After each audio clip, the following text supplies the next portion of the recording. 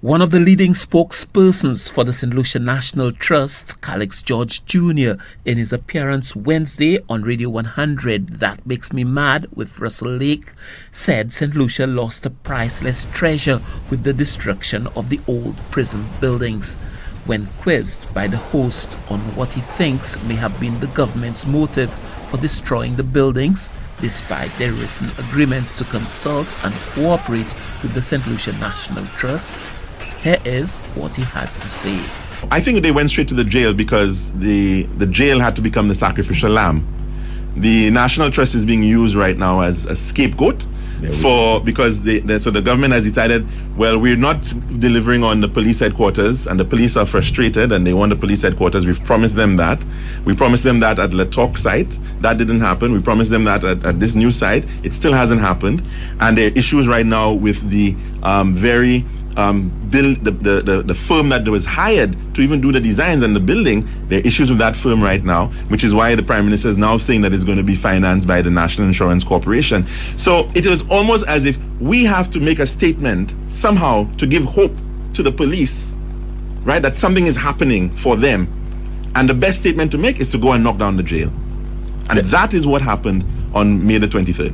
Goerge Jr. says the fact that the old jail was a place of oppression and despair is no reason to wipe it off the landscape. The demolished buildings were one of the few remaining relics of the slavery era. He says there seems to be an effort to wipe off uncomfortable truths of the past. There is this whole concept of uncomfortable truth in history, right? And we have to not run away from it. It is about telling the story of these people as well.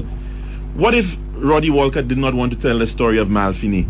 Hideous crime. 3 men going up in Moshi, killing a child, ripping the heart of the child out, right? Because of Obia. But he captured it. He captured that story, telling that story, and these people were executed. In fact, the gallows at the Royal Jail were built as a result of that crime, because they were built to hang 3 people. McDonald Dixon, brilliant play about Kesno and Black Malay, the gentleman, and how he went about trying to rob the monies going down to the Dennery estate in 1919, and how that interaction between himself as the big man and his assistant Kesno, all captured in a jail cell in the Royal Jail. We had an asset. We had a treasure. Didn't seem to be so for some people, but it could have been an amazing place of reflection, of understanding, of learning about ourselves.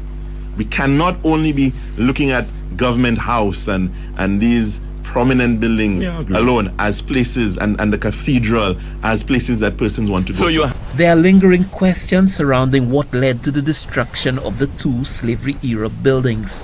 The Trust maintains that it did not oppose the construction of the new Hall of Justice and saw compelling reasons why the old jail should be incorporated in the new plans.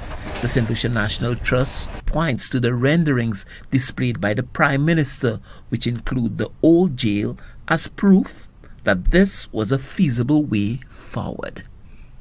Saint Lucia for the HTS News Force.